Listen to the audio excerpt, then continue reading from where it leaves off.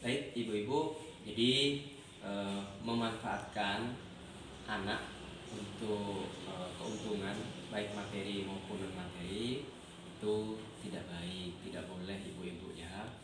Ya, jadi anak itu tidak boleh dipaksa seperti itu kan, karena anak juga memiliki hak ibu. Ya, jadi jangan renggut haknya anak. Nah, ibu-ibu coba kita perhatikan ini. Coba perhatikan flip chart yang ada di sini, gambar-gambar ini materi ya.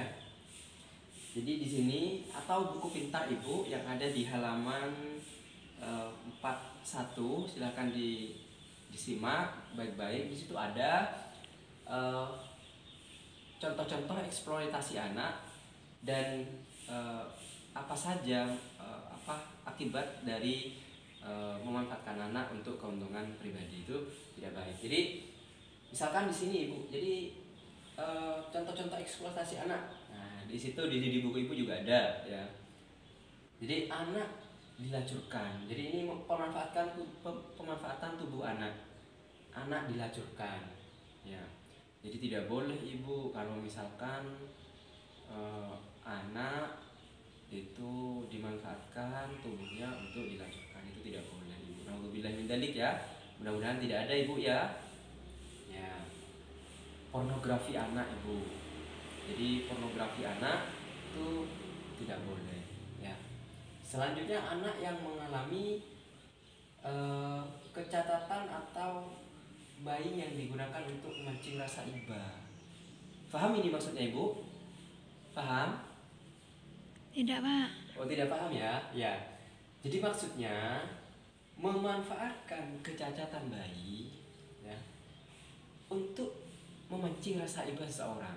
Contoh misalkan anak diajak untuk ngemis ibu. Itu tidak baik ya. Walaupun kenyataannya kondisi anak itu memang tidak sempurna. Karena nanti orang yang melihat itu akan kasihan. Nah, itu tidak boleh ibu ya. Gitu ya ibu ya. Oh ya. Ya, tidak boleh. Ya. Jadi ini memanfaatkan tubuh anak untuk keuntungan materi maupun non materi itu tidak boleh. Baik, ibu, selanjutnya pemanfaatan kepolosan dan keluguan anak. Anak itu masih nurut saja itu pastinya ya. Jadi beruntunglah kalau misalkan anak itu berbakti kepada orang tua. Makanya kita sangat bersyukur ibu kalau kita punya anak berbakti kepada orang tua. Namun itu jangan dimanfaatkan. Mentang-mentang anaknya nurut nanti dimanfaatkan. Ayo le kamu main ini, ayo le kamu kerja ini, ayo le kamu ini. Tidak boleh ibu, itu memaksa namanya. Ya. Memaksakan kehendak untuk keuntungan pribadi, untuk kepentingan pribadi itu tidak boleh. Nah, contohnya di sini. Perkawinan anak pada usia sebelum 18 tahun. Nah, sebisa mungkin ibu sebelum usianya memasuki 18 tahun jangan dipaksa untuk menikah. Nah, paham ibu-ibu ya? Ini yang sering terjadi di masyarakat di sekitar sini nih. Ya. Mentang-mentang dilamar oleh anaknya Pak Kades, mentang-mentang dilamar oleh anaknya orang kaya, mentang-mentang dilamar oleh anaknya kiai. Jangan ibu. Lah mari, Pak. Wah, ini tidak boleh ibu. Merasa wah nanti tanggung jawab saya biar selesai, sudah tidak boleh ibu ya. Jadi sebelum 18 tahun jangan dipaksa untuk menikah. Biarkan anak sekolah dulu, menimba ilmu dulu, belajar dulu. Begitu ibu-ibu ya. Coba saya tanya di sini, apa ada yang sudah menikahkan anaknya di usia sebelum 18 tahun? Ada? Ada, Pak. Oh, ada ya? Tidak ada ya? Ya sudah, tidak usah malu-malu, tidak usah tunjuk-tunjuk ibu ya. Baik, jadi untuk kedepannya karena ibu-ibu ini sudah paham, makanya sebelum 18 tahun anak jangan dipaksa untuk menikah ibu ya. Biar anak sekolah dulu, biar anak mencari ilmu dulu. Selanjutnya anak dijual untuk bayar hutang. Waduh, ini parah ini ibu. Jadi anak dijual untuk bayar hutang, itu tidak boleh. Nah, kan ini bertentangan dengan aturan agama dan aturan negara hukum yang ada di bangsa kita. Itu tidak boleh ibu. Anak dijual untuk bayar hutang. Waduh, ini hutang saya sudah semakin banyak, hutang semakin melilit. Ya sudahlah, saya jual anak saja. Tidak boleh ibu. Tidak boleh ya, paham ya? Paham ibu? Jangan hanya manggut-manggut. Ya, paham ibu ya? Bagus. Baik. Jadi anak itu tidak boleh dijual untuk bayar hutang dan lain-lain. Dan masih banyak lagi contoh lain yang tidak boleh dilakukan oleh orang tua terhadap anaknya. Baik, ibu-ibu, selanjutnya di sini pemanfaatan tenaga anak. Ya. Jadi anak dipaksa untuk bekerja. Nah, di sini pemecah batu, mengupas kerang, memulung sampah, menyelamatkan anak untuk menyelam untuk ambil batu, bekerja lebih dari 3 jam per hari. Waduh, kasihan ibu ya, tidak boleh. Ya, jadi dipaksa untuk memecahkan batu, kerja-kerja yang berat itu tidak boleh ibu. Jadi anak itu harus kerjanya yang ringan-ringan dulu.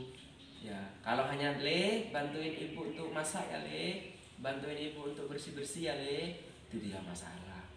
Tapi kalau sudah anak dipaksa untuk ayo kerja, itu diajak pecahkan batu biar kita dapat penghasilan lebih, itu tidak boleh ibu. Ya, kerja lebih dari 3 jam. Wah, ini tidak boleh juga. Di sini sudah jelas ibu-ibu ya.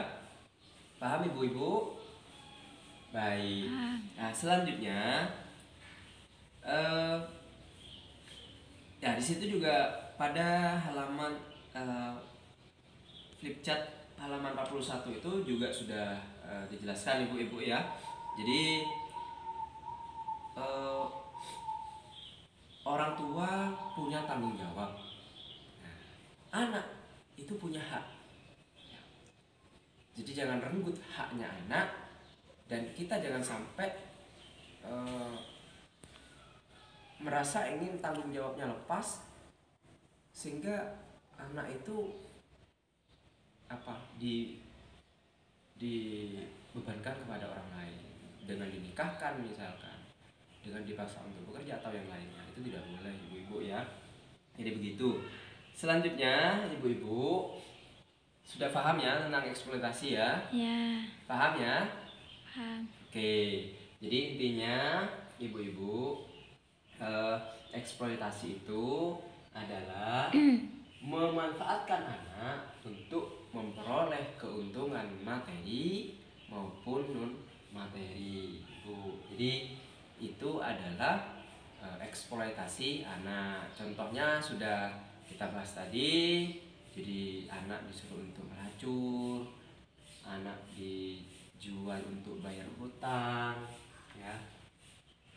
Memanfaatkan kondisi anak yang cacat untuk mendapatkan hibah dari orang lain, itu tidak boleh ibu-ibu ya. Paham ya ibu-ibu ya? Ya. Baik, semangat, masih semangat? Oke, terima kasih ibu-ibu. Oke, selanjutnya ibu-ibu kita coba refresh dulu ya, biar kita bisa melanjutkan materi. Baik ibu-ibu, kita refresh. Kalau saya sebutkan SDM PKH santun, integritas, profesional. Kalau saya sebutkan KPM PKH mandiri, sejahtera. Bisa kan ibu-ibu ya? Bisa ya? Ada bisa ibu-ibu? Oke, biar saya ambil KPM PKH-nya saja. Kalau saya sebut KPM PKH mandiri, sejahtera, bisa ibu-ibu ya? Oke, saya coba. KPM PKH Mandiri, sejahtera. Oke, bagus sekali ibu-ibu. Terima kasih banyak. Baik, ibu-ibu. Jadi sekali lagi coba kita simpulkan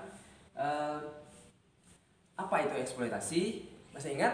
Sudah ingat? Sudah lupa? Sudah lupa ibu? Ingat. Apa ibu? Coba saya tanya, apa itu eksploitasi? Memanfaatkan anak.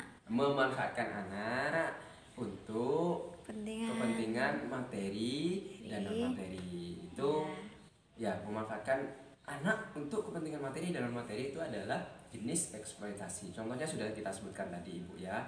Baik, jadi intinya anak itu punya hak.